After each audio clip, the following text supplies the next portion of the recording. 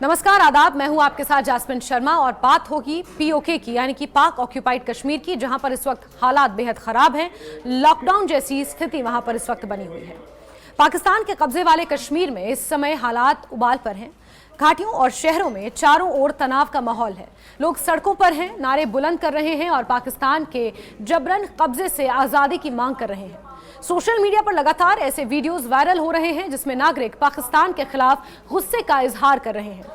मुजफ्फराबाद और आसपास के शहरों में भीड़ अपने हक की आवाज बुलंद कर रही है।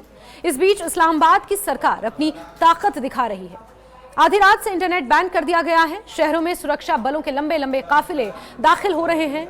ऐसे दृश्य भी देखने को मिल रहे हैं जहां पाकिस्तान की सेना फ्लैग मार्च करती है और नागरिक उनके सामने आजादी के नारे लगाते हैं। अवामी एक्शन कमेटी ने इस पूरे आंदोलन की अगुवाई की है। ये नागरिक समाज समूह कई महीनों से लगातार ताकत हासिल कर रहा है और अब इसका असर पूरे पीओके यानी कि पाक ऑक्यूपाइड कश्मीर में दिखने लगा है। संगठन का 38 सूत्रीय चार्टर स्थानीय जनता की पीड़ा और दशकों से चली आ रही आर्थिक उपेक्षा का आईना है। सबसे बड़ी मांग उन 12 विधायी सीटों के खत्म करने की है जो पीओके विधानसभा में पाकिस्तान में रहने वाले शरणार्थियों के लिए आरक्षित हैं। स्थानीय नागरिक तर्क देते हैं कि इन सीटों की वजह से उनका प्रतिनिधि शासन कमजोर होता जाता है और उनकी आवाज दब जाती है।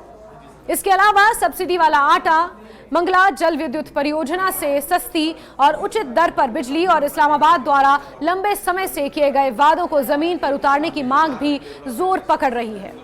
मुजफ्फराबाद में जब अवामी एक्शन कमेटी के नेता शौकत नवाज मीर हजारों की भीड़ को संबोधित करते हैं तो उनके शब्द लोगों के दिलों में गूंजते हैं। वो साफ कहते हैं कि ये आंदोलन किसी संस्था के खिलाफ नहीं बल्कि उन बुनियादी अधिकारों के लिए है जो पिछले 70 साल से जनता से छीन लिए गए हैं।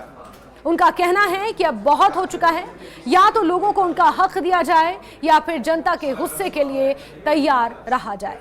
मीर की बातों पर भीड़ जोश में नारे लगाती है और सड़क पर मौजूद हर व्यक्ति की आंखों में बदलाव की चाह जिंदा नजर आती है। इस आंदोलन के बीच पाकिस्तान सरकार एक सख्त रुख अपनाती है। पिछले कुछ दिनों से पंजाब से हजारों सैनिक पीओके भेजे जा रहे हैं।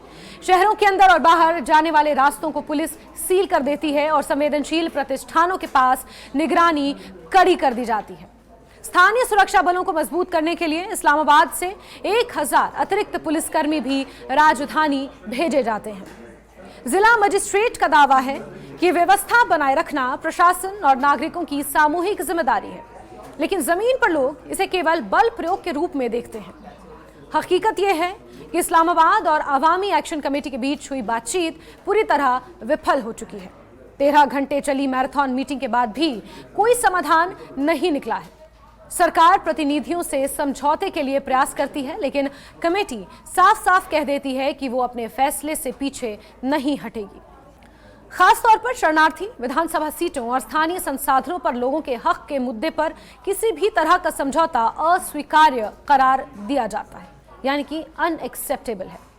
वार्ता टूटने के बाद मीर ये घोषणा करते हैं कि अब ये बंद और भी मजबूती से जारी रहेगा और आंदोलन किसी भी कीमत पर पीछे नहीं हटेगा। बाजारों में व्यापारी संघ भी जनता का साथ देते हैं। रविवार के दिन दुकानदार अपनी दुकानें खोलते हैं, लेकिन लोग बंद शुरू होने से पहले खाने पीने का सामान इकट्ठा कर चुके होते हैं। हम बात कर रहे हैं पीओके की। सड़कों पर हलचल तेज है और हर तरफ आने वाले दिनों की तैयारी साफ देखी जा रही है। सोमवार आते आते पूरा पीओके शटडाउन और व्हीकल जाम हड़ताल की गिरफ्त में आ जाता है। शहर वीरान नजर आते हैं, लोगों की आवाज दूर दूर तक गूंजती है।